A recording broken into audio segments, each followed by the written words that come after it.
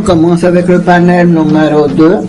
Je suis très heureuse de voir que vous êtes tous ici. C'est important de mettre en valeur le contexte mondial du panel numéro 2. Dans le panel précédent, on a entendu des organisations telles que l'OCDE et le Bureau international du travail. On a parlé des stratégies pour répondre aux besoins dans les régions du Sud et du Nord à une échelle mondiale. Maintenant, nous allons continuer notre discussion aujourd'hui. Très heureuse de vous souhaiter la bienvenue pour ce panel de cet après-midi. Nous parlerons des services d'emploi et d'une approche exhaustive qui engage aussi beaucoup d'approches. Ce panel est un panel où il y a des experts et nous avons Madame Christina Rotter qui est coordinatrice pour les politiques du marché du travail à la Fondation européenne de l'emploi, notamment dans les Balkans de l'Ouest. Madame Fleischer vient de Croatie et va partager ses informations en parlant des besoins en Croatie. Madame Anseline Adnet, manager de la communication, centre de contexte, représente la Belgique. Elle va discuter des programmes en ce qui concerne notre sujet d'aujourd'hui. Nous aurons aussi une vidéo qui nous vient de l'Estonie. Malheureusement, le représentant n'a pas pu être ici parmi nous. Et puis nous aurons une discussion, comme nous l'avons fait ce matin. Je voudrais tous vous remercier de votre présence, d'être partie de cette conversation. Et j'espère que la discussion sera productive et fructueuse. Je voudrais maintenant vous présenter Madame Christina, qui est un expert dans le développement humain à la Fondation de formation européenne. La responsabilité de Christina est de conseiller les pays avoisinants de l'Union européenne sur les programmes inspirés par la garantie de la jeunesse pour contribuer au dialogue de la politique de l'Union européenne dans le développement des aptitudes. Madame a beaucoup d'expérience. Elle a déjà travaillé au ministère du Travail et de Protection sociale en Roumanie, ce qui est très important pour notre discussion. Christina, je vous souhaite la bienvenue. Je vous demande de venir et on attend avec grande impatience votre présentation. Okay, good afternoon. Bon après-midi. Bienvenue après la pause déjeuner. Je pense qu'il va être difficile de suivre tout après le déjeuner. Je vais aussi vous montrer des graphiques. Je vais essayer d'être bref et de parler seulement des éléments clés pour trouver les bonnes politiques, le bon mélange de politiques pour pouvoir traiter ce sujet tellement important des jeunes qui ne sont pas dans la formation ou l'emploi. Avant la présentation, je voudrais encore une fois remercier aussi et dire que nous sommes une agence de l'Union européenne qui travaille avec les pays avoisinants de l'Union européenne et les pays de l'Afrique centrale. Nous focalisons sur le développement du capital humain. Je vous remercie pour l'invitation. Je voudrais remercier le service d'emploi public de Turquie, d'Azerbaïdjan et les collègues de WEPS pour l'invitation. Nous allons parler des aptitudes lorsqu'il s'agit de NEET. Et puis nous verrons la transition de l'école au travail. D'abord, je voudrais seulement partager avec vous notre cadre conceptuel. Lorsque nous considérons la transition de la jeunesse de l'école au travail, et pour confirmer encore une fois ce qui a déjà été dit ce matin, c'est une politique complexe qui couvre plusieurs secteurs et politiques, domaines politiques, non pas seulement l'emploi, mais l'éducation aussi, et par l'expérience que nous avons, et par d'autres pays tels que l'Union européenne, nous avons appris combien la protection sociale ou les politiques sociales ou la disponibilité des services pour les plus vulnérables sont critiques pour une bonne transition de l'école au lieu du travail. Et lorsque nous avons commencé à travailler sur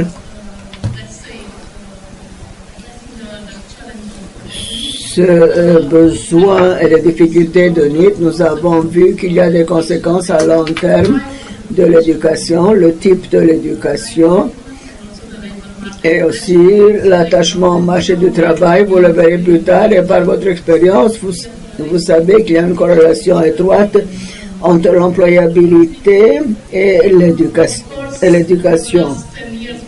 Pendant les 10 dernières années, donc depuis la crise de 2008, mais pour certains pays même avant, nous savons exactement ce que le mot crise veut dire, combien cela dérange, combien cela a un impact long. Et ces jours-ci, malheureusement, la situation à travers le monde aussi est pleine de crises, de menaces. Et cet impact touche surtout les plus jeunes, les enfants, la population jeune. Donc nous avons beaucoup de perturbations et ce qui nous inquiète le plus, ceux qui travaillent sur les politiques, est que c'est plutôt difficile de comprendre exactement l'impact, etc. Et puis évidemment, ce qui est important est aussi d'avoir des informations détaillées sur la situation des jeunes dans les marchés. 2 indicateurs peuvent ne pas être suffisants, même pas 5. Il faut savoir exactement qui est demandeur d'emploi, qui est inactif, quelles sont les raisons. Donc il y a beaucoup d'informations supplémentaires qui viennent des bureaux de statistiques, mais qui viennent aussi de différents types de recherches, groupes focaux, etc. Il est important d'écouter la voix des jeunes, c'est aussi une leçon pour nous. Et puis, évidemment, il faut considérer toutes les politiques qui influencent la transition de l'école au travail. Je peux être oublié de vous dire que vous avez ici les pays, notre mandat géographique. Nous travaillons avec des pays de Turquie, Moyen-Orient, Sud-Est Europe, Europe de l'Est, Asie centrale, mais sur demande, nous fournissons des conseils aussi au-delà. Mais nous pensons qu'avec ce graphique, j'ai voulu avertir tout le monde que prendre de l'âge du point de vue démographique existe partout. Vous voyez donc à partir de ces pays, à partir de nos pays, des pays partenaires, il y a très peu qui peuvent profiter des fenêtres d'opportunité lorsqu'il s'agit de jeunes. En rouge, vous voyez la population qui vieillit. Ici, il y a certains éléments et certains chiffres concernant l'incidence de NEET dans notre pays.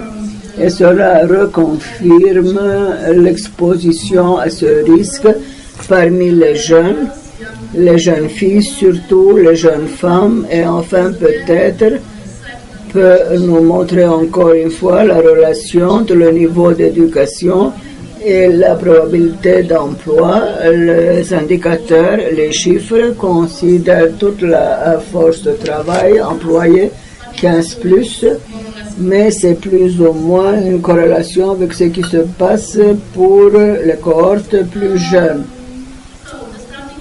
Donc le point de départ ici, j'ai voulu partager quelque chose avec vous, un secret bien connu lorsqu'il s'agit de garanties, de programmes de garantie pour les jeunes, une transition positive de l'école au travail, et je voudrais attirer votre attention sur cette partie grise où il s'agit de jeunes 15 à 29 qui combinent l'école, leurs études et le travail. Et vous voyez dans les pays de l'Union européenne, cela monte à 15%. Pour les autres pays pour lesquels nous avons des données, c'est un sujet différent parce que tous les pays ne font pas ces enquêtes de la force de travail. Il y a certaines questions qui devraient être ajoutées à l'enquête. Donc, pour les pays pour lesquels nous avions des données, vous pouvez voir que le chiffre, cette partie, est assez basse. Donc, l'ETF conseille toujours, notre conseil est d'essayer d'équiper les étudiants, les élèves, ceux qui apprennent avec des compétences pratiques. C'est un élément pratique. Donner-leur une chance de travailler pendant les études, notamment les universitaires. Le chiffre d'ailleurs confirme cela. Un autre point, et la valeur, il faut continuer cela et les données récentes. Je suis très heureuse de voir que les statistiques traditionnelles et leurs enquêtes nous ont donné beaucoup d'informations. Si vous avez une information sur l'apprentissage qui doit être rémunéré en rapport avec les programmes, devrait durer au moins 6 mois. C'est un élément important de la garantie pour les jeunes dans l'Union européenne et dans les Balkans de l'Ouest. Vous voyez par exemple que dans certains pays, la proportion des jeunes entre 15 et 24 ans, je parle de ceci, est plus élevée, moins élevée. Et cela peut expliquer facilement un besoin. Jean Turquie a une très bonne performance en ce qui concerne les opportunités de l'apprentissage basé sur le travail. Le meilleur pays, c'est la Suisse. Et il aurait été impossible pour moi d'avoir cette présentation sans le travail et l'engagement de nos collègues des Balkans de l'Ouest. En 2021, si je me souviens bien, les Balkans de l'Ouest ont adopté un engagement politique ambitieux pour développer les plans d'implémentation du garantie pour les jeunes inspirés par l'expérience de l'Union européenne. Et ainsi, la Commission européenne, l'Organisation internationale du travail, l'ETF, qui soutient la communauté de l'Union, nous ont aussi fourni une assistance technique, un soutien pour les pays partenaires des pays des Balkans de l'Ouest. Mais nous avons essayé aussi d'avoir le programme IPA, c'est l'Europe, c'est le Fonds européen social. En ce qui concerne les objectifs, c'est presque similaire. Donc, nous avons essayé de soutenir les pays, mais les pays d'ailleurs sont engagés. C'est un paquet de réformes ambitieux qui exige une plus étroite collaboration entre les écoles, les universités, les centres de recherche, les instituts de recherche, les services d'emploi public et notamment les services sociaux. Nous savons déjà, vous le savez aussi, les collègues des Balkans de l'Ouest, que l'implémentation de telles réformes exige une activité et une nouvelle conception de certains programmes, mais exige aussi des ressources pour des services d'emploi public, notamment le personnel qui s'occupe de NEET jeunes, ainsi que des ressources financières. Donc,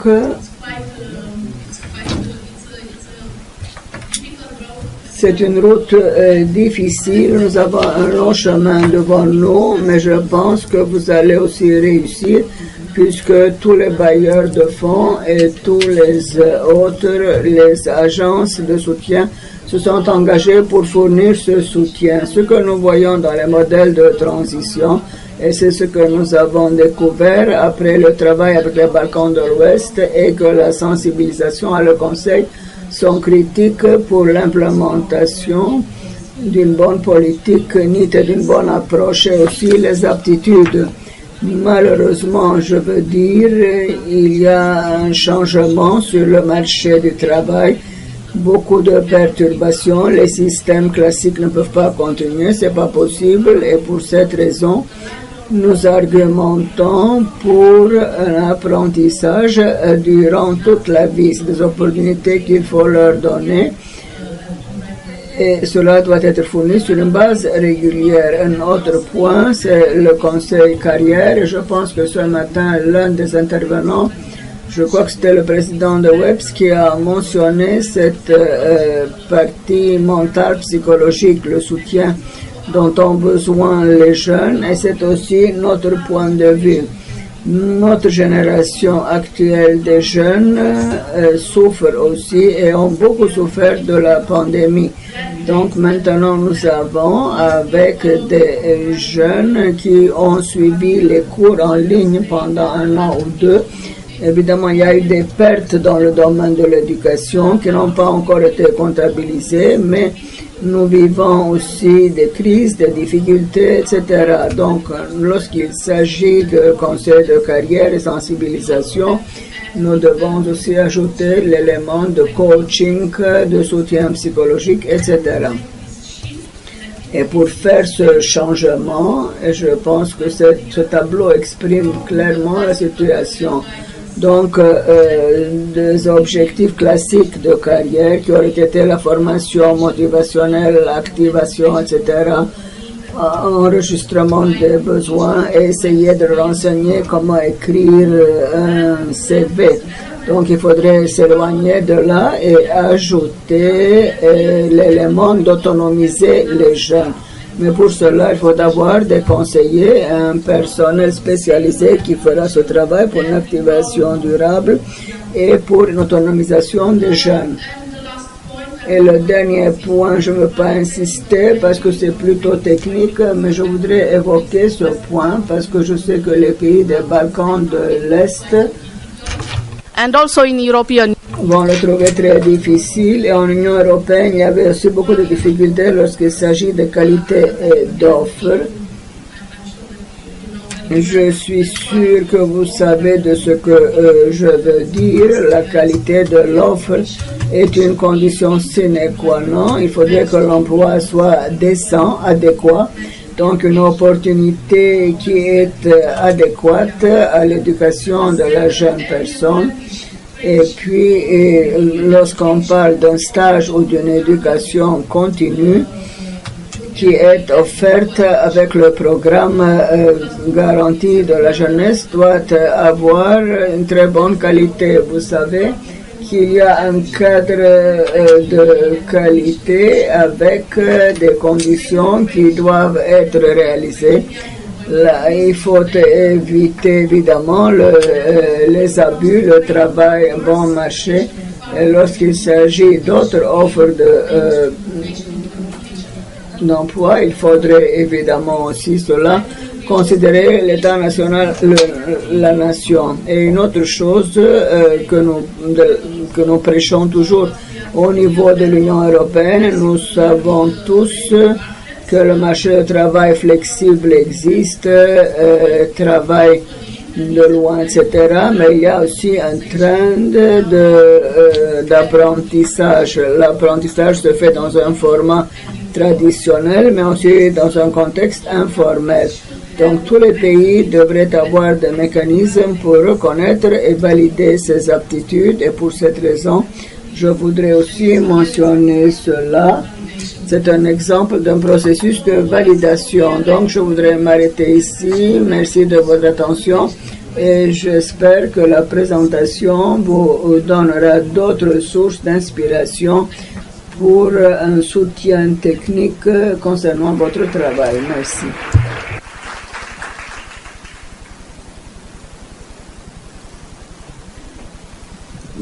Well, thank you so much, Christina, for your speech, and then. Merci, Christina.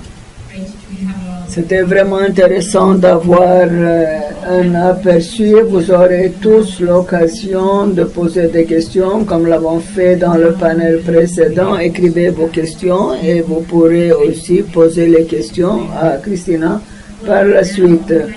Maintenant, je voudrais continuer à présenter notre prochaine intervenante, Madame Christina Fleischer, qui est chef dans le service public européen, et un rôle qu'elle a depuis 2012. Elle doit implémenter les services en se focalisant sur la satisfaction mutuelle pour les demandeurs d'emploi et les employeurs. En 2015, elle a été désignée comme personne responsable à l'interne et à l'externe, spécialisée dans des domaines tels que la garantie des jeunes, satisfaction des clients et de profilage. Elle a au début travaillé comme une analyste dans le secteur privé et ensuite elle a commencé à faire partie du service public d'emploi dans son pays et elle a rendu des services énormes. Je vous invite à parler de ce service en Croatie. Well, thank you, Nicole. Merci Nicole. Avant de commencer, j'aimerais vous remercier la Turquie, İşkur et l'agence d'emploi public d'Azerbaïdjan pour m'avoir donné cette chance de présenter et partager nos pratiques sur les needs. Je vais brièvement partager quelques informations sur la Croatie, sur notre pays. Quelques données de base. Vous savez que c'est un pays de l'Europe centrale, un pays trop petit. Et quand je parle des chiffres, je sais que ça ne veut pas dire beaucoup de choses, surtout en comparaison avec d'autres pays. Mais j'aimerais souligner quelques détails, surtout pour les jeunes sans emploi. Peut-être un point que j'aimerais dire tout au début, le chômage des jeunes qui a commencé au sein de l'Union, un programme pour les jeunes en chômage a commencé au sein de l'Union européenne et en Croatie. Nous avons décidé depuis le début que nous allons inclure la jeunesse dans la population active et que nous allions augmenter le ratio, surtout pour les jeunes entre les âges 15 et 24. Ceci est notre point de focus. Vous pouvez aussi voir les chiffres sur l'écran et les gens qui ne travaillent pas, c'est trop bas. Maintenant, nous l'avons un nombre de chômeurs qui est 103 000 et c'était encore plus élevé et nous avons aussi diminué le taux. C'était au plus de 25%. Et nous parlons ici de chômage des jeunes, ce qui est à 24,3% qui était à plus de à 50%. Donc nous avons progressé depuis une décennie, si je peux dire, et nous avons maintenant un marché de travail qui est assez flexible et où il y a beaucoup plus d'opportunités, surtout pour les jeunes. J'aimerais aussi vous montrer une carte de nos services d'emploi public en Croatie. Et j'aimerais dire que même si nous sommes un petit pays, nous avons plusieurs petits bureaux qui offrent ces services et nous avons en fait 99 offices locaux pour que toute personne en chômage et surtout les jeunes peuvent recevoir ces services où qu'ils soient, partout dans notre pays. J'aimerais vous parler des activités préventives. Nous nous concentrons à la prévention en fait pour les jeunes et c'était le point focal depuis le début. Quand nous parlons des interventions préliminaires ou précoces, je parle bien sûr des jeunes qui ne sont pas au chômage, mais des jeunes qui continuent leur éducation. Donc, il y a des offices, en fait, des bureaux de l'emploi qui font la même chose depuis 1931 et nous, en fait, en tant que le PES, nous avons créé une orientation professionnelle qui fait partie de nos services, surtout pour les jeunes. Nous essayons d'éviter, en fait, les jeunes, nous essayons d'arrêter les jeunes de quitter l'école et nous essayons d'ajouter l'éducation, en fait, à tout moment. Quand nous parlons de la jeunesse, nous parlons d'une ration entre 65-70% en fait qui reçoivent leur éducation secondaire. Donc il s'agit d'un très grand chiffre en comparaison avec d'autres pays. Et pour nous, en fait, ça nous montre que l'orientation professionnelle partout en Croatie marche bien. Quand nous parlons de l'école, c'est guidance en fait. Cette orientation devient encore plus importante parce que les jeunes ne savent pas ce qu'ils vont faire à la fin de leur éducation et comme ça ils peuvent avoir le bon choix qui va leur aller le mieux. Et après l'éducation secondaire ou après l'éducation qu'ils reçoivent, ils veulent savoir quelles sont leurs alternatives. Quand nous parlons de la jeunesse, nous avons aussi abordé le sujet de guichet unique. Ce n'est pas seulement un guichet unique, mais ce sont en fait des services d'emploi public que nous fournissons et nous avons aussi des centres de carrière à vie, centres d'orientation professionnelle tout au long de vie que nous appelons les CISOC. Et ces centres, en fait, s'occupent des gens qui sont toujours en éducation, qui continuent à l'école. Et nous essayons de promouvoir les opportunités d'apprentissage tout au long de la vie. Et nous essayons en fait, les intégrer, surtout les NEET inactifs, dans la population active. Nous ne savons pas qui sont ces NEET inactifs, donc nous devons, en fait, les rechercher. Une institution gouvernementale, en fait, a combiné quelques bases de données pour que nous pouvions voir où sont et quels sont ces NEET inactifs et où ils se trouvent. Comme ça, comme nous savons qui ils sont, bien sûr pas personnellement, mais nous savons quelle sorte d'éducation ils reçoivent, où ils vivent, etc. Comme ça, avec ces détails, nous pouvons en fait agir ou peut-être offrir des différents services pour des différentes régions de notre pays. Un autre point, une autre chose que nous faisons très bien depuis 10 années, c'était la recommandation au niveau national et local pour l'inclusion de l'éducation secondaire basée sur les analyses du marché du travail.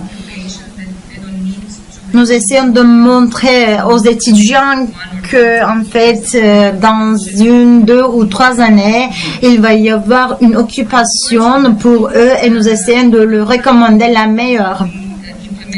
Ces recommandations, en fait, doivent être mises en œuvre au sein des écoles.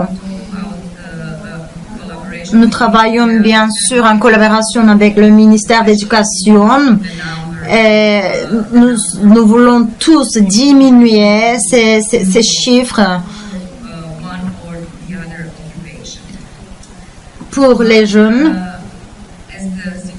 pour qu'ils puissent en fait avoir une occupation, que ce soit l'éducation secondaire ou quelque chose d'autre. Là, nous avons mené des recherches récemment et ça nous a montré qu'en Croatie, il y a plus de 100 000 de jeunes ne sont plus jeunes. Donc, nous pouvons dire que ce chiffre a aussi diminué. Et c'était un très grand chiffre pour un pays si petit. C'est pour cela que nous devons travailler davantage pour renforcer ou construire les capacités des jeunes, surtout pour les jeunes, et nous devons en fait éliminer cette absence d'occupation. Il y a aussi des services électroniques que nous fournissons et nous avons un système de CISOC, comme je l'ai dit. Nous avons aussi e-guidance. Ce sont des services en ligne dont tout le monde en fait en bénéficié juste après avoir rempli une forme, et les résultats en fait dépendent de la donnée enregistrée. Ce n'est pas un exemplaire très large, donc nous pouvons le changer annuellement. Nous le modifions, comme je l'ai dit, pour pouvoir en fait montrer aux jeunes quelles d'autres occupations ils peuvent choisir. Cette partie en fait se concentre plutôt sur les enfants ou les jeunes juste avant qu'ils tombent en chômage. Brièvement, je vais vous montrer le parcours de nos clients, les needs. Normalement, la registration n'est pas obligatoire, mais ils le font quand même. Il y a des services d'emploi public et vous vous enregistrez sur le système. Je ne sais pas pourquoi il existe ce pas, mais tout le monde connaît cette phase. Tout au début, nous n'avons pas eu de problème à sensibiliser ces gens, mais nous avons maintenant la jeunesse et toutes les informations de la jeunesse des jeunes dans notre base de données. Comme ça, nous pouvons en fait les trouver. Nous aussi offrons un premier conseil, une première séance de conseil. En 2017, nous avons introduit profilage analysé statistiquement et ça nous a beaucoup aidé, surtout pour les gens qui n'étaient pas disponibles, qui ne pouvaient pas venir nous voir. C'était une consultation basée sur le profilage statistique, comme je l'ai dit, et ça nous donne en fait les informations de chaque personne pour que nous puissions leur offrir des services personnalisés. Disons que qu'un jeune a été employé ou une personne a été enregistrée pour une formation, pour un atelier, nous pouvons tous les voir grâce à ce profilage, à ces statistiques. Nous avons aussi une consultation additionnelle individuelle si la personne la demande après 6 mois de chômage. Et comme la Commission européenne en dit, nous leur devons en fait une garantie d'emploi. Pour pouvoir faire cela, nous essayons de collecter le plus d'informations que nous pouvons de ces personnes pour qu'en fait nous pouvons trouver la bonne choix ou le bon job pour eux. Nous parlons ici d'un groupe assez hétérogène et quand nous avons commencé avec ce programme, nous avions plusieurs sous-groupes et ces groupes en fait étaient très importants pour nous aussi. Nous avions des personnes handicapées en tant qu'un sous-groupe. Nous avons aussi des enfants sans famille, mais sous la protection d'une autre famille, sans parents, mais qui sont sous la protection d'une autre famille et qui ont besoin d'un soutien à vie. Pour cela, nous avons fait des partenariats avec les ONG, surtout pour ces enfants, parce que des institutions gouvernementales n'avaient pas une vraie idée avec leur vraie vie, tout ce qui s'est passé dans leur vraie vie. Et nous essayons de nous concentrer en fait sur les jeunesses qui n'ont pas d'expérience de travail. Et à ce stade-là, nous avons vu qu'à peu près 65% de la jeunesse au chômage qui n'ont jamais eu d'expérience, et ce chiffre en fait était très élevé pour nous. Pour cela, en fait, nous avons fait des mesures, en fait, pour pouvoir leur donner leur première expérience de travail. Nous avons commencé en 2013, nous avons continué en 2014. À la période où nous n'avions pas assez de boulot à leur offrir, assez de jobs, mais il y avait seulement des jobs qui étaient déjà présents sur le marché du travail pour seulement les personnes expérimentées. Donc, nous avons dû créer des emplois seulement pour ces jeunes qui n'ont pas d'expérience ou qui ont une expérience moins d'un an et qui ont besoin d'une occupation. Et il faisait des masters, par exemple, s'il y avait des gens qui voulaient recevoir des permis aussi, et il faisait partie de ce pourcentage aussi. Dans une période de 5 ans, nous avons continué à faire ces mesures et c'est devenu de plus en plus. Ce n'était pas très populaire, mais ça a eu un impact sur le marché du travail. Il y avait des compensations pour ces jeunes, mais ce n'était pas suffisant. Et à un point, nous avons changé notre méthode. Comme vous vous souvenez, je vous ai dit qu'il y avait 65% des gens. Et après, nous avons vu que nous avons changé cela avec une formation vocationnelle, formation professionnelle. Et grâce à ce programme, au bout de 6 mois, ces jeunes ont eu la chance de trouver un boulot. Nous avions un autre groupe, un autre sous-groupe, et nous étions aussi, nous nous concentrions sur ce groupe aussi. Et quand je vous parle des jeunes en chômage, le nombre va jusqu'à 24 000, mais c'est un grand chiffre. Et il s'agit aussi des jeunes qui sont sans emploi depuis un bon longtemps. C'est pour cela que nous avons aussi développé des différents programmes que nous appelons des programmes d'activation. Et nous avons aussi un autre programme qui s'appelle Job Plus. Ça fournit des consultations motivationnelles et nous aidons aux jeunes pour qu'ils puissent avoir des expériences professionnelles. C'est un programme pas à grande échelle, mais après avoir eu les résultats depuis quelques années, nous allons voir comment nous pouvons en fait agrandir cette échelle parce que jusqu'à maintenant, les résultats que nous avons eus sont assez positifs.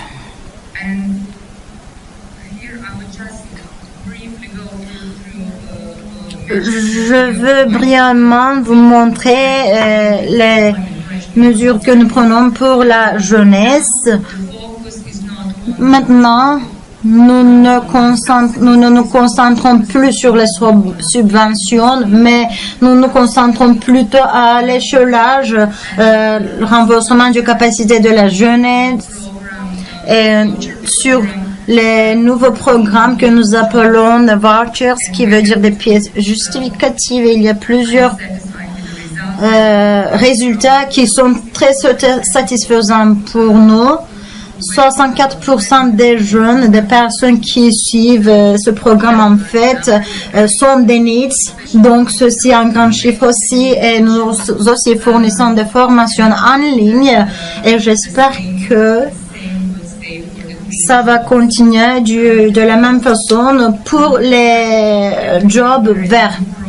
Chaque jour, nous essayons d'ajouter des nouveaux programmes sur cette liste-là et nous voyons encore plus de gens, en fait, qui s'inscrivent sur ce programme. Et ce sont des programmes de voucher, juste comme je l'ai dit. Il s'agit aussi d'une formation en milieu de travail. Nous aussi fournissons de mentoring, une consultation par le mentor pour pouvoir en fait former ces jeunes au chômage. Et finalement, sur mon dernier diapo, je vais vous montrer quelques indicateurs des needs de la jeunesse.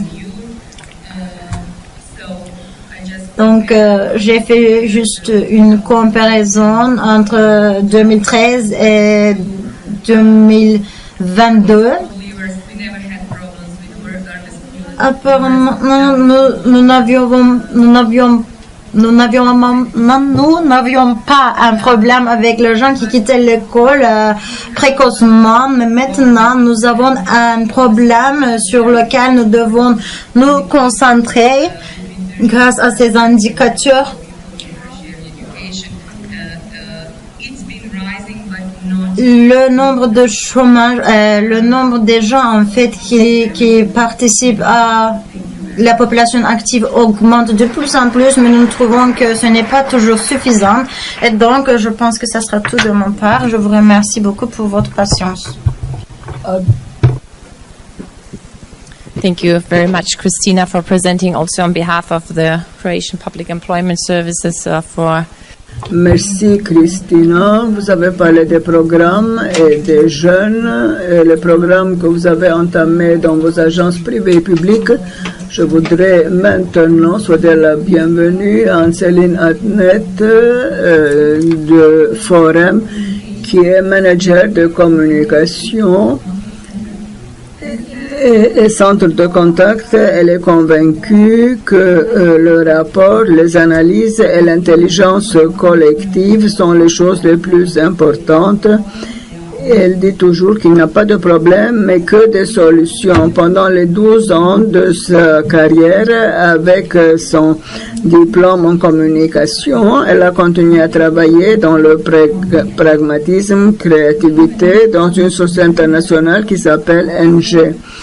Ensuite, elle a décidé de faire partie du PEC belge.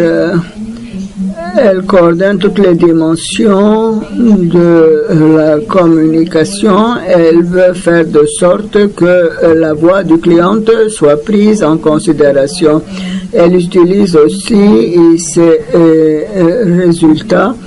C'est un plaisir pour nous de vous avoir ici et je vous souhaite maintenant la bienvenue en vous accordant la parole.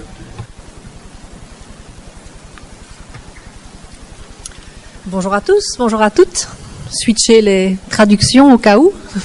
On passe en français, mais la présentation est en anglais. Donc je voudrais partager l'humble expérience de collègues de Belgique sur le projet Coup de Boost qu'on a créé il y a quelques années.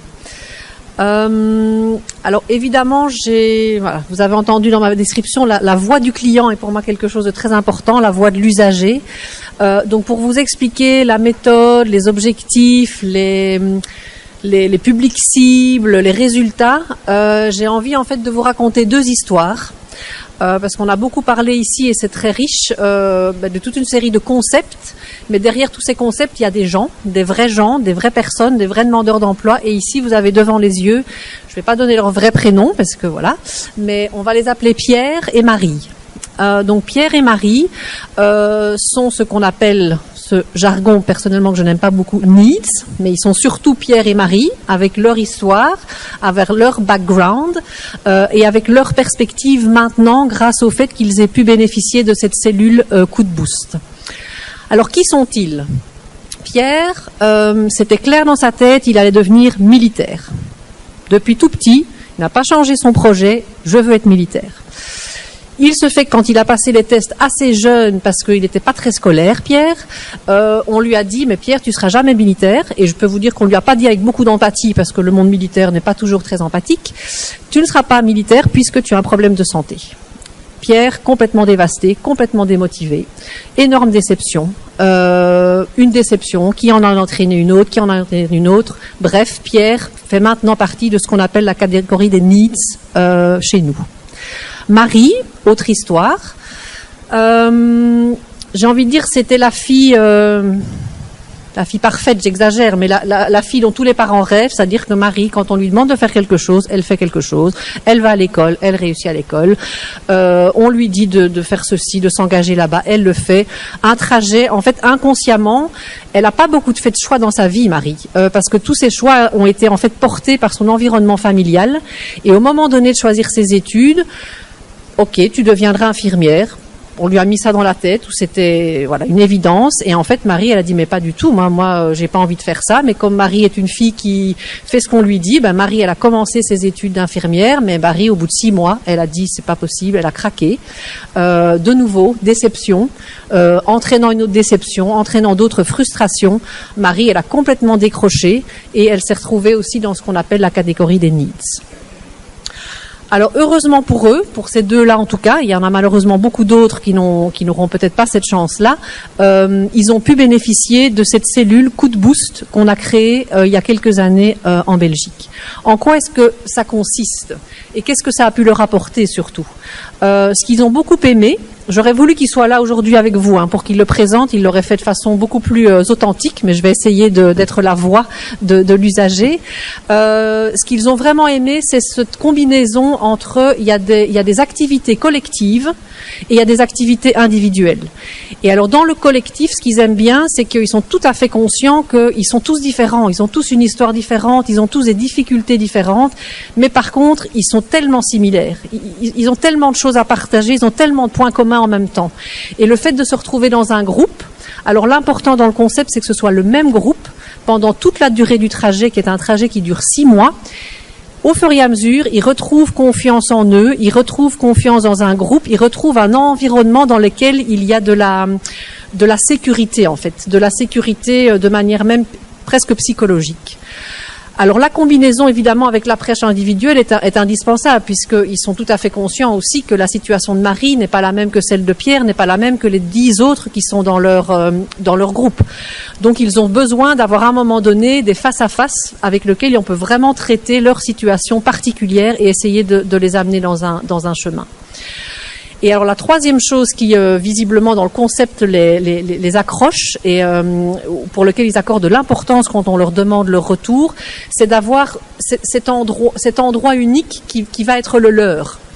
Donc pendant 6 mois, à chaque fois qu'ils vont avoir des contacts avec le service public de l'emploi, ça va être dans ce même endroit, dans le même lieu. Il faut pas ouvrir une autre porte qui est psychologiquement quand même difficile d'aller de nouveau dans cette espèce de bâtiment que je ne connais pas ou à un autre endroit dans la ville ou ce genre de choses. Ils ont leur lieu qui de nouveau les rassure. Ils ont leur groupe, ils ont leur lieu et ça ils savent que pendant 6 mois ça va être quelque chose qui va pouvoir les porter. Alors, quels sont le type d'activités? Je pense que vous en avez beaucoup et là, on rentre un peu dans les outils, donc je ne vais pas les détailler, mais le collectif est très important. Comme on l'a dit, parfois, leur situation, c'est peut-être un peu moins le cas dans Pierre et Marie, mais je voulais prendre des vrais cas. Donc, ça fait peut-être des semaines, des mois, des années qu'ils sont en fait en décrochage. Et ce décrochage-là, il n'a fait que s'accentuer. Donc forcément, on ne peut pas leur demander en un claquement de doigts de pouvoir revenir dans ce que eux appellent le système, puisque pour eux, ils n'ont pas de place dans ce système en fait. Ou en tout cas, c'est comme ça qu'ils rentrent c'est comme ça qu'ils se voient. Ils se disent, mais moi je suis moi. Il y a le système là, et j'arrive pas à voir comment je peux rentrer dedans. Et tout l'aspect collectif, ça c'est vraiment une aide pour eux. Parce qu'ils partagent leurs difficultés, ils ont confiance dans ces 4... oui, j'ai oublié de le préciser, ils ont toujours aussi la même équipe qui les accompagne tout au long des 6 mois. Il y a 2 conseillers sociaux et 2 conseillers plutôt de carrière, d'orientation professionnelle. C'est toujours les mêmes. Et donc, il y a une confiance qui s'installe avec cette équipe dans un environnement que je vous ai dit dans lequel ils se sentent aussi en confiance. Et le collectif fait qu'ils commencent à partager une série de choses. Ils savent souvent qu'ils ont quelques lacunes en matière, vous le voyez ici, peut-être de communication orale, de soft skills. Ils le savent, mais ici, ils ont le droit de le dire et ils sont pas jugés. Ils savent aussi parfois qu'ils ont certaines lacunes en compétences qu'on appelle les compétences de base, les savoir compter, savoir lire, savoir écrire. Et de nouveau, il n'y a aucun jugement ici et il y a même des solutions pour leur dire, OK, ça, on va pas le travailler en groupe ici, mais vous savez, il y a un endroit où vous allez pouvoir augmenter vos qualifications par rapport à cet aspect-là et comme ça, vous y reviendrez plus fort. Donc, il y a ces éléments-là et il y a toute une série d'éléments de contexte qui, de façon aussi, la pédagogie avec laquelle c'est faite, c'est évidemment très important parce que eux, voilà, le milieu scolaire leur a pas donné, voilà, ils n'avaient pas un super bon souvenir, on va dire ça comme ça. Et ici, les méthodes qui sont utilisées sont justement beaucoup plus des méthodes qui sont liées à la pédagogie active, à de l'intelligence collective, et ça leur permet aussi d'avoir de nouveau confiance en se disant, en fait, je sais apprendre. Je suis pas, je suis pas nulle. Je suis capable d'apprendre. Je suis capable de me comparer un peu aux autres et d'évoluer. Donc ça, c'est vraiment tout l'aspect collectif qui est vraiment important, et en tout cas que Pierre et Marie ont régulièrement reconnu. Alors, évidemment, ça doit être combiné à quelque chose d'individuel, parce qu'au final, ils vont pas tous dans le même groupe devenir maçon ou électronicien ou informaticien. Donc, ce qui est important, là de nouveau, je pense que dans les méthodes, on en a tous beaucoup et on pourra en partager, mais c'est effectivement, c'est à un moment donné, quand ils se sentent en confiance, de se dire, ok, maintenant on va travailler, qu'est-ce que tu veux faire? Alors, rien que leur poser la question comme ça, c'est déjà, je sais pas ce que enfin voilà, mais voilà, on questionne, on interview, on se rend compte aussi les autres, ce qu'ils disent pas, on leur permet d'aller voir dans des centres de formation, voilà, on travaille énormément, et ça on l'a dit ce matin et encore maintenant, avec des acteurs locaux aussi, qui leur ouvrent leurs portes et auxquels ils leur permettent éventuellement de pouvoir s'orienter.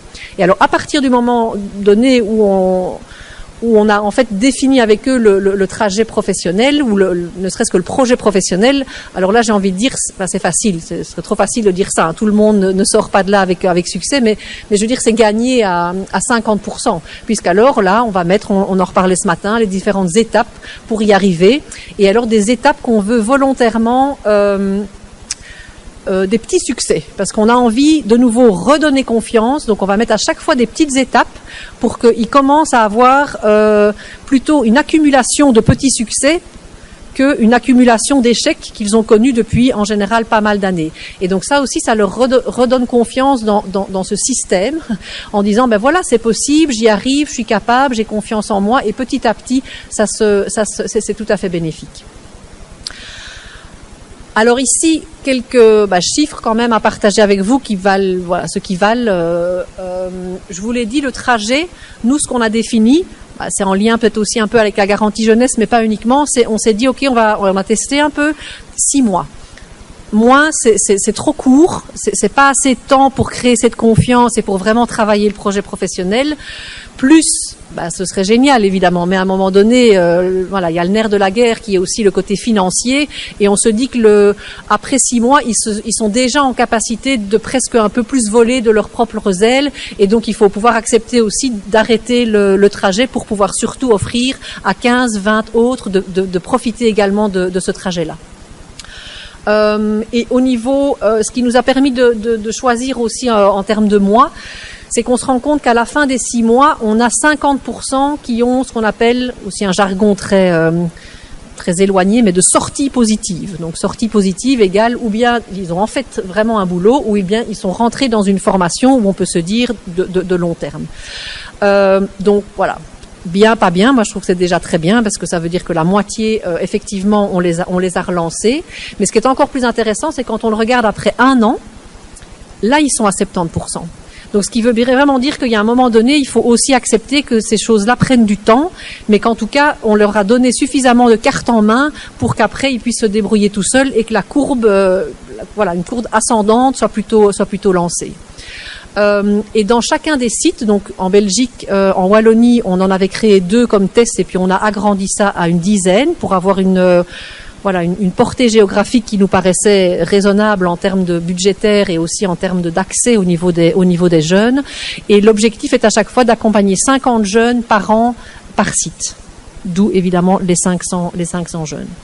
Voyez le taux de non-emploi au niveau des jeunes pour la Wallonie. Et alors la répartition globale, en tout cas dans la cellule boost qu'on a eue, elle est quasi de 50-50. Voilà. Bon, il y a un peu moins de filles que de garçons, mais c'est relativement similaire. Donc il y a une mixité aussi dans le groupe qui apporte aussi pas mal de valeurs.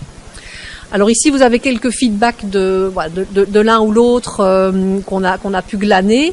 Mais le feedback que je peux vous donner, c'est que Pierre est en train de suivre en fait des études d'assistant social grâce à la formation, à l'orientation. Le service à la personne était vraiment quelque chose qui lui parlait. Et alors, j'ai envie de dire, cerise sur le gâteau, grâce aussi à cette ouverture d'esprit, Pierre s'est rendu compte qu'il était tout à fait possible de réaliser son rêve, c'est-à-dire qu'on peut rentrer à l'armée en tant que civil.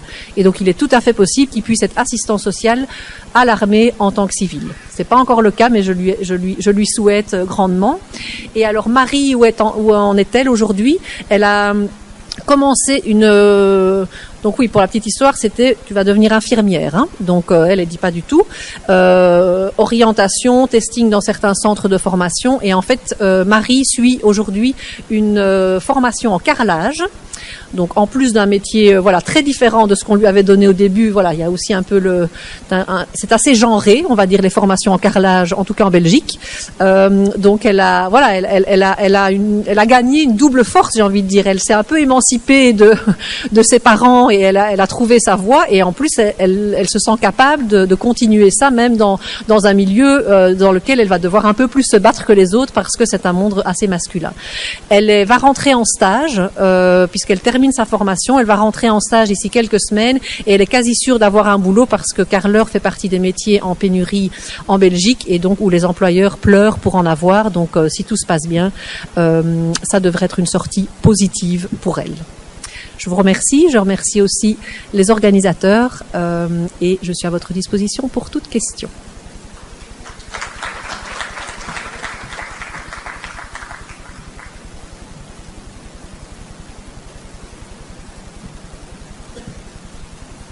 Thank you, Anseline. Also, merci Anseline. Vous nous avez raconté une histoire intéressante sur Pierre et Marie. Merci. Nous avons aussi une présentation brève par le service public d'emploi d'Estonie. Malheureusement, ils ne sont pas présents. Nous allons vous montrer cette vidéo, puis nous aurons le temps de discuter et vous pourrez aussi poser alors vos questions.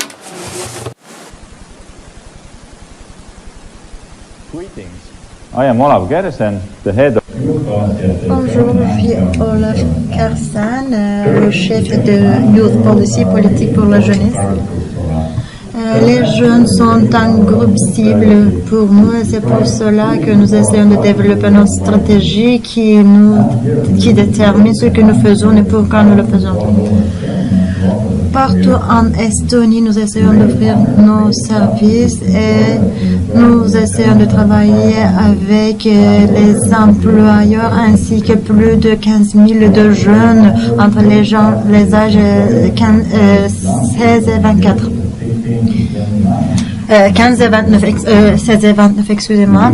Et nous essayons en fait donner à ces jeunes une expérience professionnelle pour pouvoir renforcer notre capacité de les sensibiliser. Nous essayons de leur offrir des séminaires online, des services individuels, tout ce qui est possible en ligne.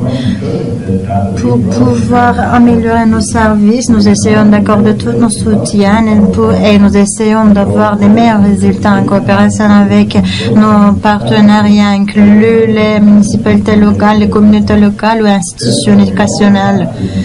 C'est pour cela que nous devons en fait prendre en considération tous les acteurs du marché du travail et bien sûr collaborer avec eux. okay.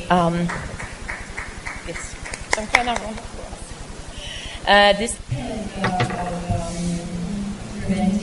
Ce panel, c'est sur la prévention et l'éducation des jeunes.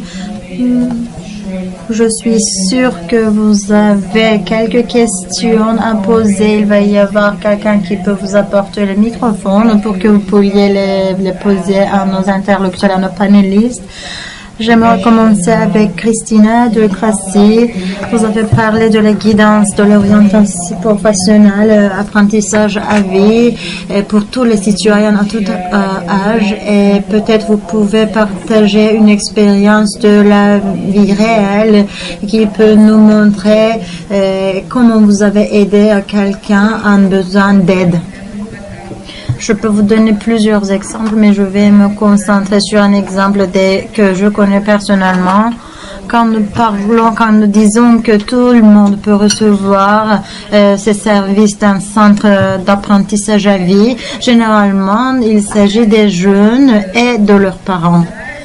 Et le souhait de ces parents, en fait, n'est pas le même avec les désirs, les souhaits des jeunes. À ce point-là, nos conseillers parlent avec les parents et avec les jeunes pour pouvoir comprendre quelle sorte d'éducation sera en fait la meilleure pour eux, bien sûr, en identifiant les capacités des enfants. Les capacités. Et tous ensemble, nous essayons de rejoindre les idées pour voir comment nous allons continuer notre chemin. Cette orientation professionnelle, c'est pour tout le monde, pour toute personne. Même les personnes qui travaillent actuellement peuvent venir pour recevoir ce guidance. Il peut y avoir des personnes qui travaillent mais qui veulent changer leur carrière, qui veulent changer de métier, qui veulent changer de domaine. Donc, ils sont tous les bienvenus. Nous essayons de les montrer quelle direction ils peuvent se tourner vers.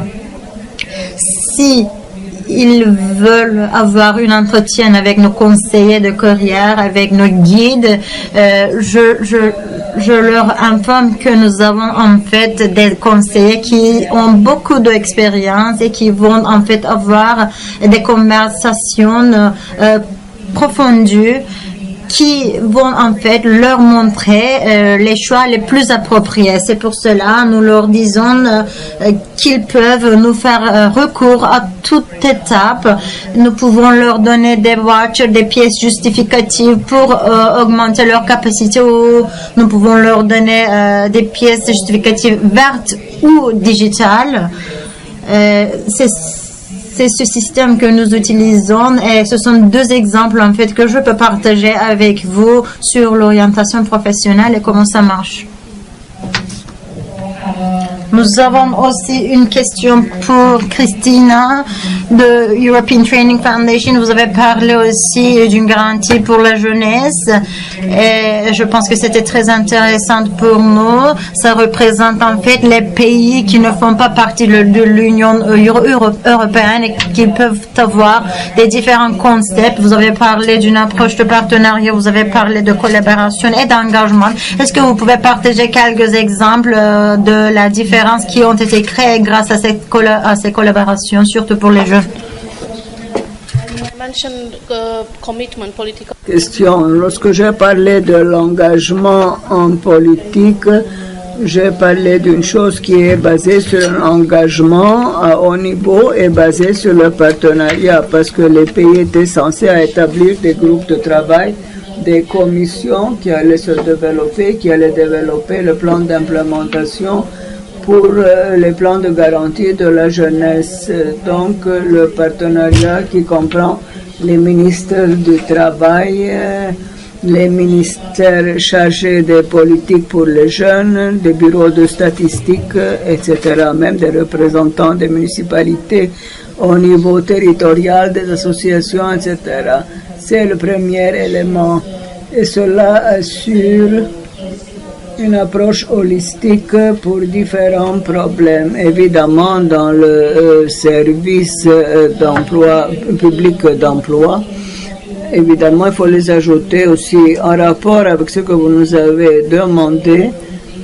Quelques exemples concrets, mais je voudrais aussi mentionner aussi l'éducation duel, où on voit des opportunités qui sont vraiment éléments clés pour empêcher de devenir NEET ou pour aider une personne qui souffre d'une inactivité. Nous avons ce système, ces réformes à Monténégro, en Serbie, mais je pense que partout dans les Balkans de l'Ouest, c'est toujours les mêmes arrangements qui se font. Vous avez les ministères qui sont partenaires avec les sociétés, l'association des chambres de commerce et qui réunissent leurs ressources au niveau privé ou public et aussi avec les bailleurs de fonds afin de donner de telles occasions aux jeunes.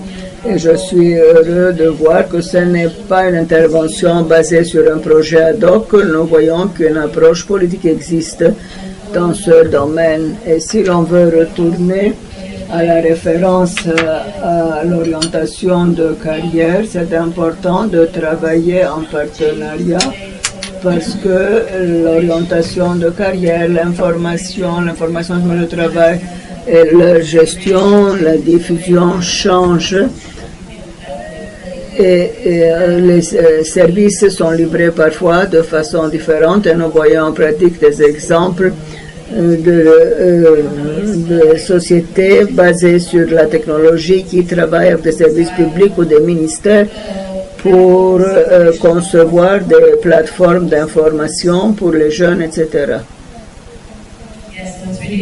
Donc, il s'agit vraiment d'une collaboration avec différents partenaires à tous les niveaux. Oui, c'est un projet à type multiple et cela, évidemment, peut être considéré du point de vue des fonds de législation parce que vous avez différents types d'organisations, organisations privées, publiques, à but lucratif, à but non lucratif, etc. Et parfois, ça change beaucoup. Donc, pour notre communauté, pour la communauté de l'Union européenne, c'est aussi un défi que nous devons aussi prendre en considération. Il y a une variété de formats, de partenariats, etc. Et ce qui est le plus important, il faut aussi impliquer les organisations des jeunes dans la surveillance et le monitoring. Merci, Christina. Passons à la perspective belge. Vous avez parlé des petits succès, le concept d'un lieu unique, d'une équipe unique, très facilement. Comment est-ce que cette approche vous a aidé pour les jeunes qui n'ont pas de projet spécifique? Comment est-ce que vous avez accordé cette aide? Je pense que lorsque je parle de place, ce n'est pas comme la place qu'on a mentionnée, donc vous ne pouvez pas ouvrir la porte et trouver quelque chose. C'est un autre concept ici. Là devient leur place, leur endroit, leur abri, leur maison. Mais il y a un sentiment là où ils se sentent à l'aise, où ce sont les seuls qui seront là, et je pense que c'est ceux qui créent cette atmosphère, cette confiance, cet environnement de confiance qui ne fait qu'aider à admettre ce qui est parfois difficile, à partager des choses qui ne peuvent pas toujours être partagées. Et ensuite, lorsque vous commencez à aller plus loin, vous cherchez des solutions. Mais d'abord, il faut voir où sont les difficultés, il faut qu'ils veuillent les admettre et ils doivent aussi vouloir changer. Nous leur donnons des cartes, nous leur donnons des moyens, mais c'est eux qui doivent vouloir. Autrement, cela ne servira à rien. Ce sera un travail à très court terme. Et pour nous, c'est aussi une place qu'on appelle ainsi. Lorsqu'ils traversent la porte et qu'ils acceptent de faire cela, c'est déjà 30 ou 40% du travail qui a été déjà réalisé. Évidemment, il s'agit de savoir comment est-ce qu'on peut avoir accès à ces personnes, parce qu'il y en a des tonnes, beaucoup plus que ne le disent les données. Donc c'est aussi un travail social, il faut avoir accès à eux. Il s'agit d'un système comme le système d'une abeille qui se pose sur toutes les fleurs. Nous devons donc multiplier les différentes actions, les différents soutiens, les relations.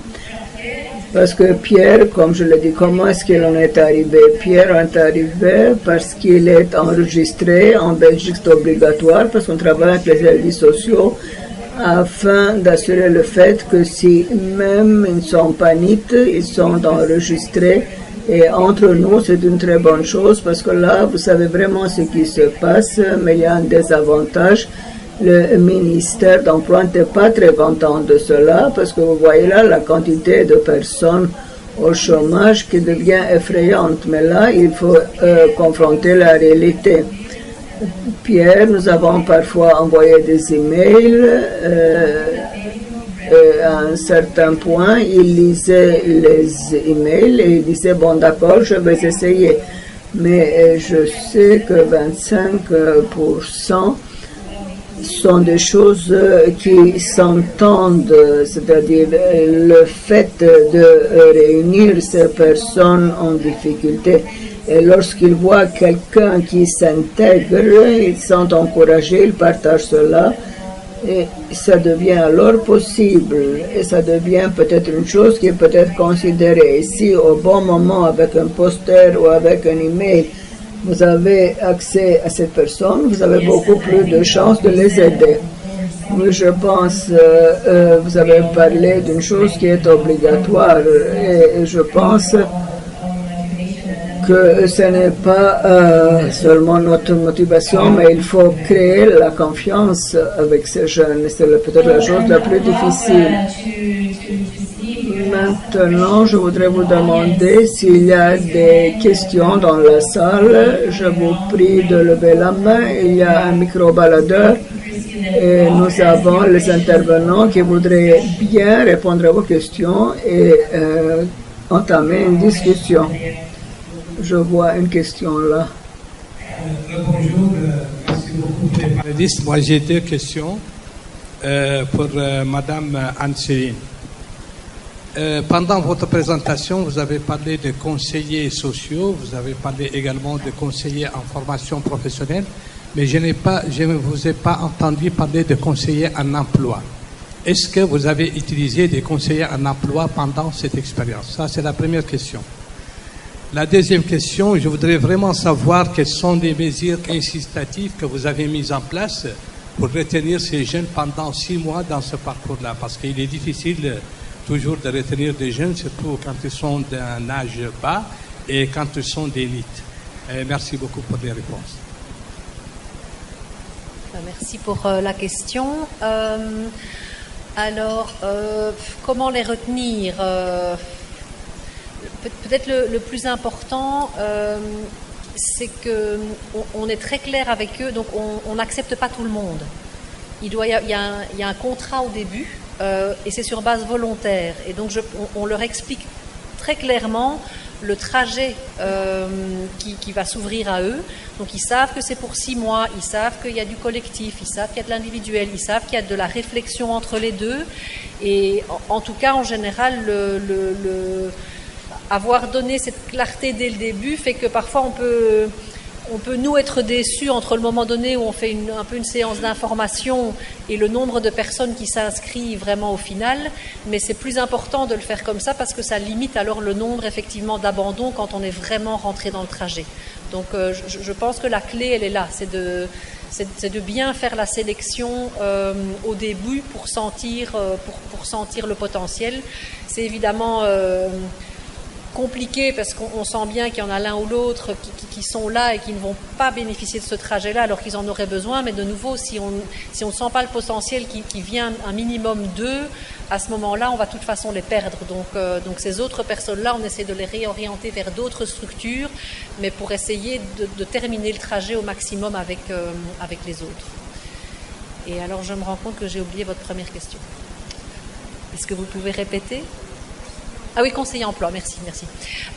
Donc effectivement, ils peuvent, donc dans la cellule même, c'est pas leur spécialité le fait d'être conseiller emploi, parce qu'en fait, sur les 6 mois, le temps qu'ils doivent passer vraiment aux outils de recherche d'emploi et aux étapes pour y arriver, ce qui est la spécialité du conseiller emploi, ça se fait très tard, parce que le plus difficile, ça aura été de les écouter, de leur redonner confiance et de vraiment définir leur projet professionnel, voire même de les aider à traiter certaines difficultés d'ordre financière, psychologique, sociale et autres.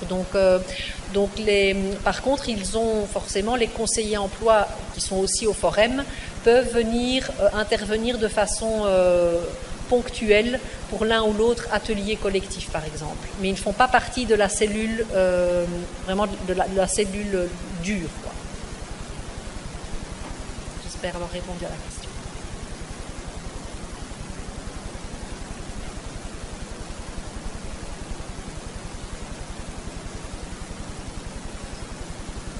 We have one question here.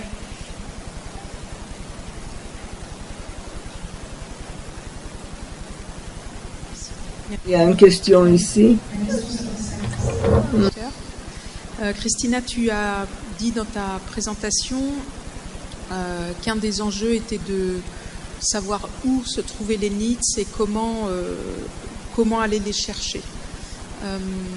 Est-ce que tu peux donner des illustrations concrètes, des exemples d'actions qui permettent d'identifier les NEETs et de savoir où ils se trouvent et comment les repérer? Merci.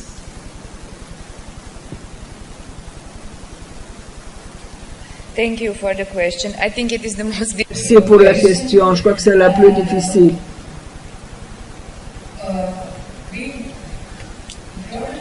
Le problème avec les NEETs inactifs, nous n'avons pas de problème avec les jeunes chômeurs, nous savons qui ils sont, mais il y a les inactifs. Nous ne savons pas où ils sont, quel background ils ont, quelle est l'éducation qu'ils ont eue. Nous avions un accord de partenariat avec les écoles, l'éducation secondaire et tertiaire, avec le registre de personnes qui travaillent et de ceux qui ne travaillent pas, qui sont sans emploi. Et puis, lorsque nous faisons un mapping, ceux qui ne sont pas au chômage, ou au chômage étaient les NEETs, nous ne connaissions pas leur nom, mais nous avions des données statistiques, nous savions où ils se trouvaient, nous savions à quel bureau local ils appartenaient, et puis nous n'avons pas des ambassadeurs de jeunesse, nous n'avons pas pu aller chez eux à la maison. Mais nous avons organisé différentes actions au niveau local. Donc, s'ils vivent, par exemple, dans la municipalité où il y a 3000 personnes et vous annoncez que vous allez faire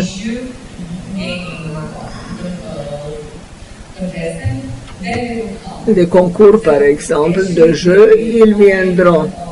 Nous avons collaboré à ce niveau d'ailleurs avec les écoles.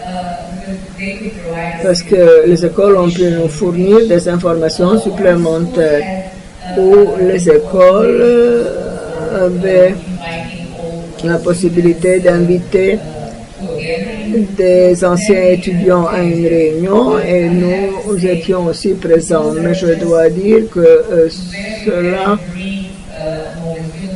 ces moments sont très courts, très brefs. Nous n'avons pas cela dans toute la nation. Ça dépend de la communauté locale et des données. Et maintenant, nous voulons surgrader le tout et nous passons à un autre accord de partenariat où nous aurons plus d'informations, où il s'agira de, par exemple, 100 000 personnes. Et nous saurons que la plupart des jeunes ont maintenant quitté la Croatie et ils ne sont pas inscrits dans le système d'assurance santé. Donc officiellement, ils sont en Croatie, mais ils ne le sont pas. Nous devons donc les suivre d'une manière plus précise afin de ne pas entreprendre des actions coûteuses en vain.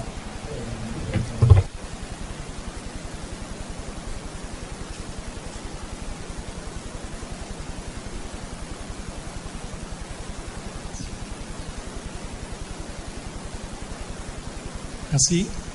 Je me présente Oussama Khmiri de Service public d'emploi marocain, ANAPEC. Je vous remercie pour vos présentations. Et je voudrais partager une réflexion, une question après. Une petite réflexion courte pour dire que c'est vrai, la difficulté d'un service public d'emploi, c'est que le conseil d'emploi n'est pas préparé ni formé pour recevoir tout type de personnes. C'est normal, c'est qu'il faut toujours travailler avec des partenaires, dans le cadre de partenariat. Donc la difficulté, c'est surtout s'assurer qu'on a des partenariats pérennes. C'est la durabilité. Pourquoi? Parce que c'est toujours des financements, c'est toujours un montage d'un projet avec des partenaires, forcément d'autres, des associations, des organisations. Donc il faut financer. Donc il faut mettre la main dans la poche, toujours. Donc la durabilité ici pose problème. Je ne sais pas si on peut innover et creuser là-dedans et voir si on peut imaginer d'autres concepts pour s'assurer qu'on a une durabilité, parce que c'est une personne, c'est un phénomène qui risque de s'aggraver avec les crises qu'on voit tous les jours maintenant. Donc ma question relative à la question de protection des droits des données personnelles, surtout, c'est une question qui n'était pas abordée, mais je voulais l'aborder pour savoir comment vous faites pour s'assurer de protéger les données personnelles, puisqu'on échange ces données entre, pas forcément des institutions, mais entre institutions et le privé. Donc, comment vous faites? Je ne sais pas à qui l'a posé, mais voilà. Merci.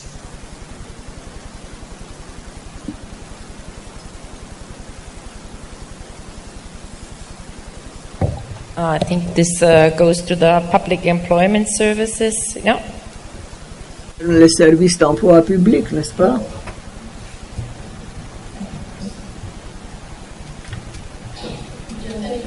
Merci beaucoup. Cette réflexion est une question très importante. La durabilité des partenariats et la coopération, c'est une garantie de jeunesse. Mais quand on travaille avec NIT, il ne faut pas oublier que le monde change. La façon dont les services sont implémentés, nous ne parlons plus de partenariat classique et ni de outsourcing. Mais je pense que la solution doit être adéquate à tous les pays, parce qu'il y a des dispositions législatives, des conditions, etc. Il y a beaucoup d'innovations d'ailleurs, et peut-être qu'il serait bon de considérer les nouveaux États membres qui ont peut-être des arrangements plus flexibles pour des partenariats. Mais je voudrais insister sur l'élément qualité que vous avez aussi mentionné. Tout le monde ne peut pas fournir un emploi ou un conseil ou un service social. Donc cela doit être convenu. Tous les partenaires devraient obéir aux mêmes éléments de qualité, d'assurance qualité. Et la chose la plus importante, je pense que c'est le goulot d'étranglement ici. En Europe et dans les Balkans de l'Ouest, c'est la question de protection de données. Parce que pour une bonne implémentation des données, il faut qu'il y ait une interopérabilité. Et comme vous l'avez dit, vous avez beaucoup d'acteurs, non pas seulement les services publics d'emploi. Je ne sais pas si nous avons des collègues portugais dans la salle, mais il y a des années, lorsque l'interopérabilité a commencé, il voulait que le service public d'emploi considère déjà dès le début les jeunes qui veulent abandonner. Donc il faut voir s'il y a des risques d'abandon au moment de l'éducation secondaire afin d'intervenir rapidement. Et ils nous ont expliqué combien c'était compliqué d'arriver à un accord, d'échanger les données entre le ministère de l'Éducation, et le secteur du travail, et d'avoir aussi le consentement des parents, parce que à cette époque c'était des mineurs. C'est compliqué, mais c'est quand même possible, on peut le faire. Il y a des réglementations importantes impliquées et qui doivent être considérées, mais c'est possible, c'est pas impossible, c'est ce que je peux vous dire. Il y a toujours des solutions. Et l'exemple en Croatie et l'exemple d'autres pays est aussi bon à être considéré. Notre expérience sur la protection des données et l'échange de données entre les institutions. Si vous avez dans votre législation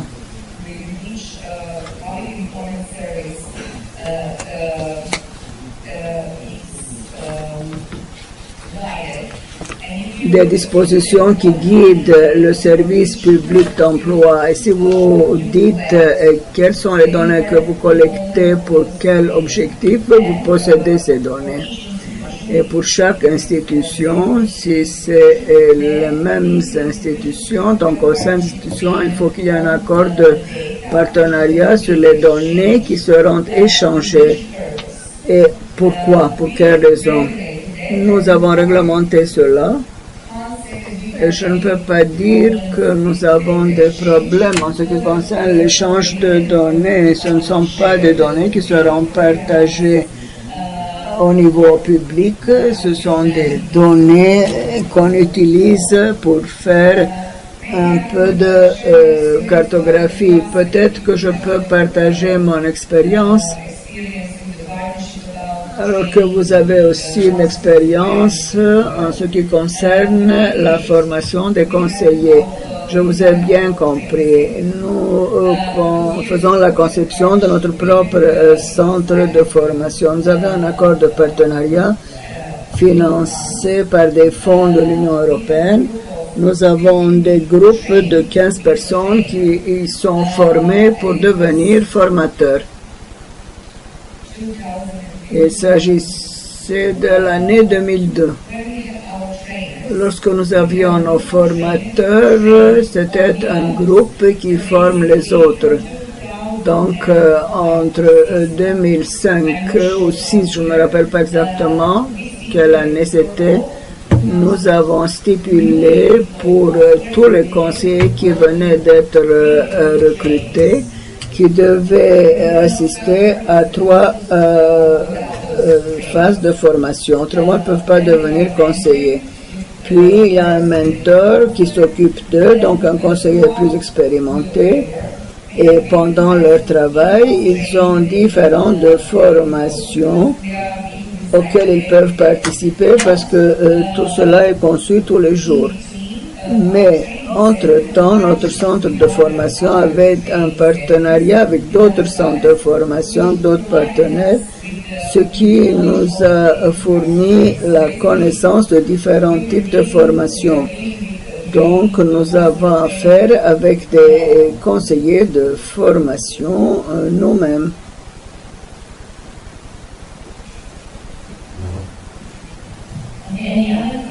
Y a-t-il d'autres questions? Nous avons un peu de temps et nous serions très heureux de pouvoir répondre à vos questions.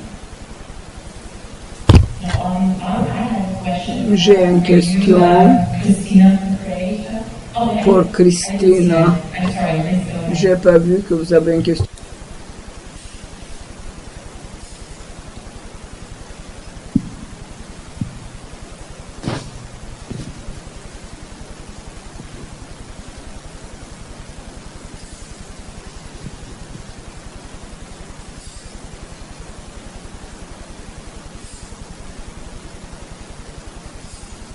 Is the microphone not working or no? No. Is there a question? I can't see it from here. Je ne vois pas s'il y a une question dans la salle. Je voulais vous donner l'occasion de poser des questions. Donc, si vous avez des questions, je vous prie de lever la main. Comme je l'ai dit, j'ai une question qui me paraît très intéressante. Je voudrais dire à Christina qui parlait d'un chômage à long terme. C'est une chose qui apparaît et qui n'est pas utilisée maintenant parce que nous parlons d'un chômage à long terme et des jeunes qui ne sont ni dans l'éducation ni de l'emploi. Vous avez dit que c'est un nombre élevé, 40% des jeunes inscrits dans votre institution.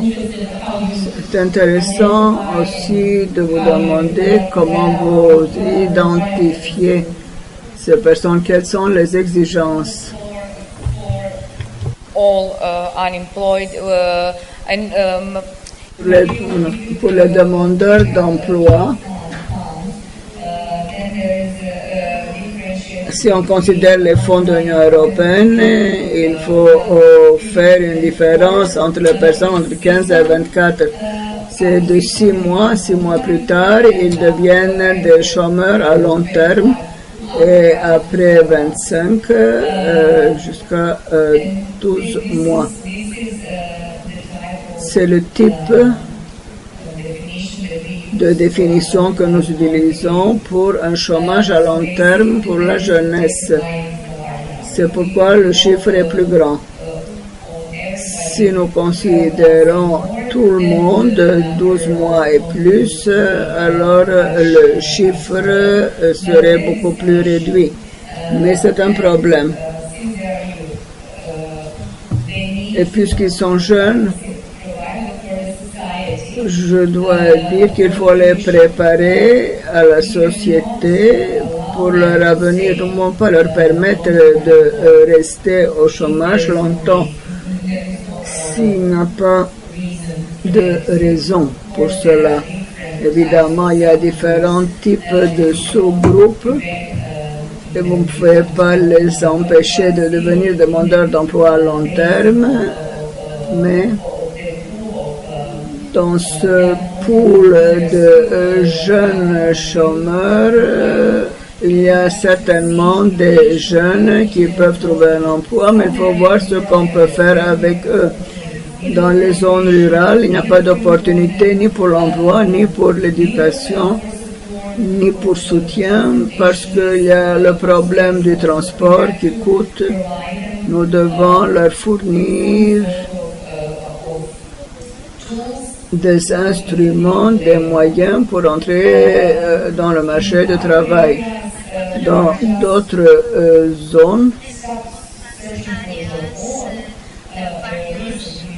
ou plutôt récemment, nous avons rencontré plus et plus de personnes qui deviennent des chômeurs à long terme. Et quand on leur demande pourquoi ils se sont inscrits dans ce centre, ils disent parce que les parents leur ont demandé. Ils ne cherchent pas du travail, ils ne veulent rien faire, mais il faut les motiver afin qu'ils fassent quelque chose avec eux-mêmes.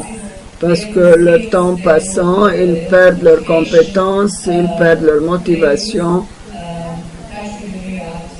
ils s'éloignent de la réalité. Donc, beaucoup de conseils de motivation est fait par nous, orientation dans la carrière, ils parlent aussi avec les psychologues, puisqu'il y a des tests psychologiques, etc. Mais il faut absolument les encourager. Ce sont des processus très longs qui coûtent beaucoup.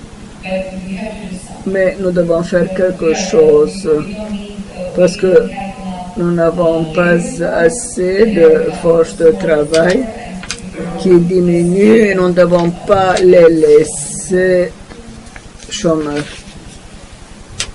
If I can also complement, Je peux aussi dire quelque chose d'additionnel en tant que les pays de Balkans. Par exemple, vous avez demandé les phases d'authentification qui est assez critique, surtout quand nous travaillons avec les NEET, et c'est très important pour les organisations de jeunesse qu'ils ont des justificatifs, surtout pour les jeunes vulnérables, parce qu'ils veulent avoir des dialogues avec quelqu'un qui peut le comprendre. Donc, il y a plusieurs pas à prendre avant le commencement de ce partenariat, surtout par les représentatifs des jeunes. Et nous devons les convaincre, en fait. C'est la situation dans les pays Balkans, mais je ne sais pas comment ça se passe dans d'autres pays de l'Union européenne. Bien sûr, le renforcement de capacité, c'est très important. Et pour les organisations de jeunesse, pour les employeurs, pour les jeunes qui cherchent du travail, en fait, c'est très important d'expliquer comment ces programmes, ces opportunités vont fonctionner, comment ils peuvent en bénéficier. Merci beaucoup. Est-ce qu'il y a d'autres questions de notre audience?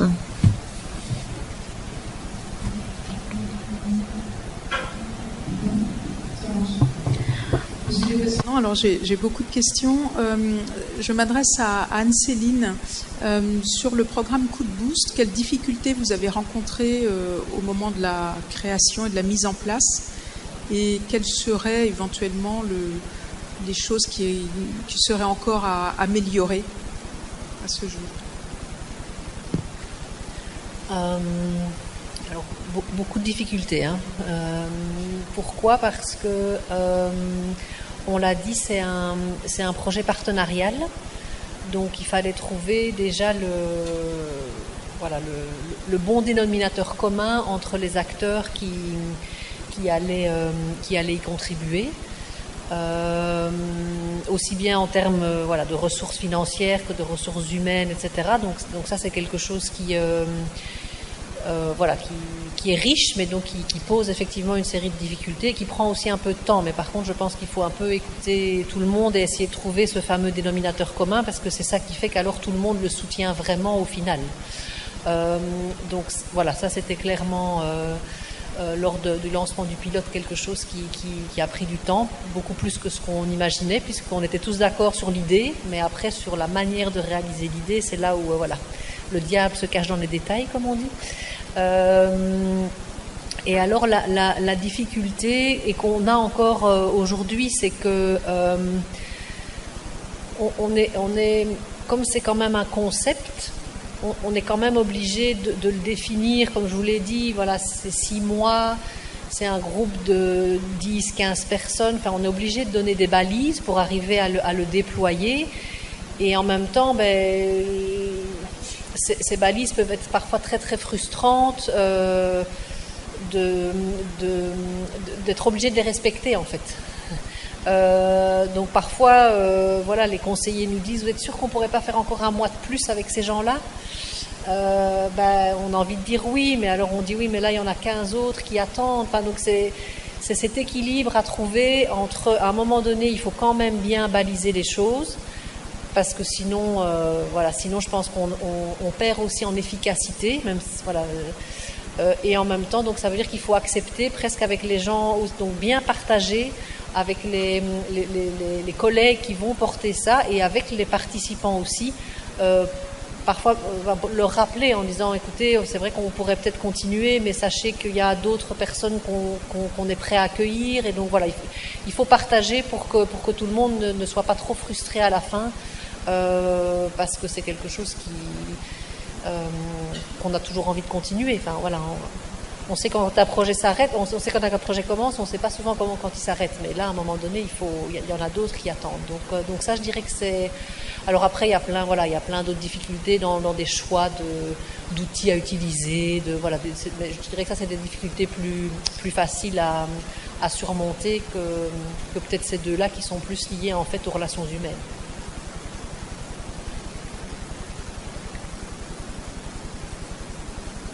Okay, we have time for one more question. Nous avons assez du temps pour une autre question avant que j'annonce la pause café. Si vous avez des questions, vous pouvez toujours les poser pour le moment, mais quand même, j'aimerais vous dire que nos panélistes seront ici pendant aujourd'hui, jusqu'à la fin de la journée et demain, donc vous pouvez les poser à tout moment. Ma question s'adresse à Anne-Céline. Je voudrais savoir si le projet Boost est d'abord national. S'il est national. Et vous avez dit que il y a un projet en même temps collectif et en même temps un projet individuel, si j'ai bien compris. Et ce choix se fait à quel niveau? Est-ce que c'est le bénéficiaire qui décide d'aller dans un programme collectif ou individuel? Et ma troisième question, quels sont les critères fondamentaux? Parce que vous avez dit que tout le monde ne peut pas bénéficier du projet, ce qui veut dire qu'il y a des critères d'élimination. Et sur la base de ces critères, quels sont les fondamentaux que le bénéficiaire doit quand même faire valoir pour bénéficier du projet? Merci beaucoup. Merci. Donc oui, le projet, après avoir été testé il y a, je pense, 2 ou 3 ans, maintenant a été élargi à l'ensemble de la région wallonne. Donc il n'est pas national au sens belge du terme, mais il l'est au sens de la responsabilité du service public de l'emploi du Forum. Donc avec une déclinaison, c'est ce que je viens de dire, il y a deux sites qui ont été testés, on l'a modélisé, et donc on demande maintenant à d'autres sites de le reproduire avec ce genre de difficultés, en disant mais pourquoi vous n'avez pas eu 6 mois et pas 7 mois et pas 5 mois. Voilà, à un moment donné, il faut pouvoir lâcher le bébé, mais il faut aussi accepter le bébé comme il arrive et essayer au moins de lui donner sa chance comme ça, et puis après on peut le faire évoluer. Mais donc oui, c'est uniforme dans le concept. Alors, désolée, à chaque fois j'oublie les autres questions. Ah oui, oui. Donc le programme est bien. Donc le programme combine le collectif et l'individuel. Hein, donc ce n'est pas la personne qui choisit. Moi, je vais faire de l'individuel ou je vais faire du collectif. C'est le programme inclut des moments en collectif et des moments en individuel. Alors a priori, les moments en collectif sont plus cadenassés puisque collectifs. Alors que les moments individuels, on a quand même mis aussi un certain nombre de balises parce qu'il y a des ressources humaines derrière qui doivent se réorganiser, etc. Mais là, on a évidemment une flexibilité un petit peu plus grande. Si on sent que quelqu'un doit avoir un deuxième rendez-vous qui n'était pas prévu, on essaye d'ajuster et c'est plus facile. Mais ça comprend vraiment les deux. Et la troisième question. Le critère de sélection, pardon, excusez-moi. Donc là, jusqu'à présent, je ne sais pas si c'est une chance ou pas une chance, mais on n'a pas dû en avoir. Je m'explique, c'est que on a une capacité d'accepter un groupe de 10 ou 15, et quand après le moment d'information, comme je disais tout à l'heure, pour expliquer c'est quoi l'engagement en fait, puisque ça doit venir des deux. En général, on s'est retrouvé naturellement avec un groupe de 10 ou 15. Donc je dis voilà, c'est une bonne chose dans le sens où on ne doit pas aller plus loin dans les critères de sélection. C'est sans doute pas tellement une bonne chose dans le fait qu'on n'a pas encore réussi à attirer et à accrocher une série de personnes, puisqu'on est sûr qu'il y en a beaucoup plus que ça qui pourraient bénéficier du service. Donc on n'en est pas encore là.